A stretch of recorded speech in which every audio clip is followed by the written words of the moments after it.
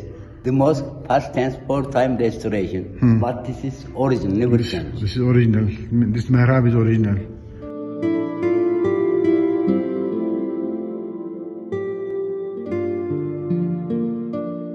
In the world are there only two. One is this one, second in Morocco. Same technique. It made of ebony trees. One people made it 40 years carving. His name Begum Bertu. Begum Bertu, he made 40 years. 40 years this member took to finish. There are 4 different stars. 12 star good luck, 5 star patience, 6 star force, 8 star door of paradise. Door of paradise. Yes. These are stars on this member. Yes. And now we go there, 8 Sultan tombs. How old is this member? 800 years 800 years old. Yes, 800. In this mosque from the beginning? Yes. It began Sultan Mesud, 1155. It finished to Allauddin Kuokabet, 1222. Beginning and finish past 65 years. Okay, 65 years to make this. Yes, the mosque. The mosque, it is very big. One time, 4,200 people pray.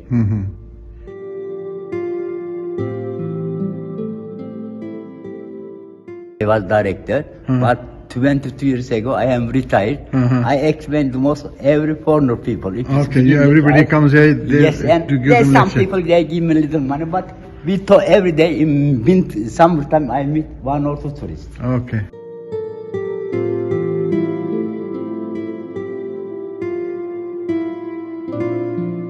This is the maqbara of 8 sultans of Seljuk era. This is Sultan Masud. Keyhusrev Allauddin Sultan. The last Sultan was Allauddin Kuokabet. Oh. These are the graves of all the Seljuk Sultan. Seljuk Empire, how many years? 300 years. 300 years. In Konya, what capital 300 years. This is the first Sultan?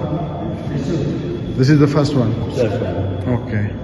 This is first Sultan of Seljuk Empire. Seljuk Empire lasted about 300 years. And the last Sultan was Allauddin Kuokabet, in whose name is this mosque is made here by.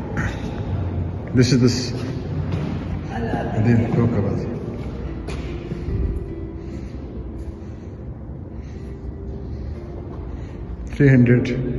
Reign of this empire, Seljuk Empire, was of course preceded with Ottoman empires,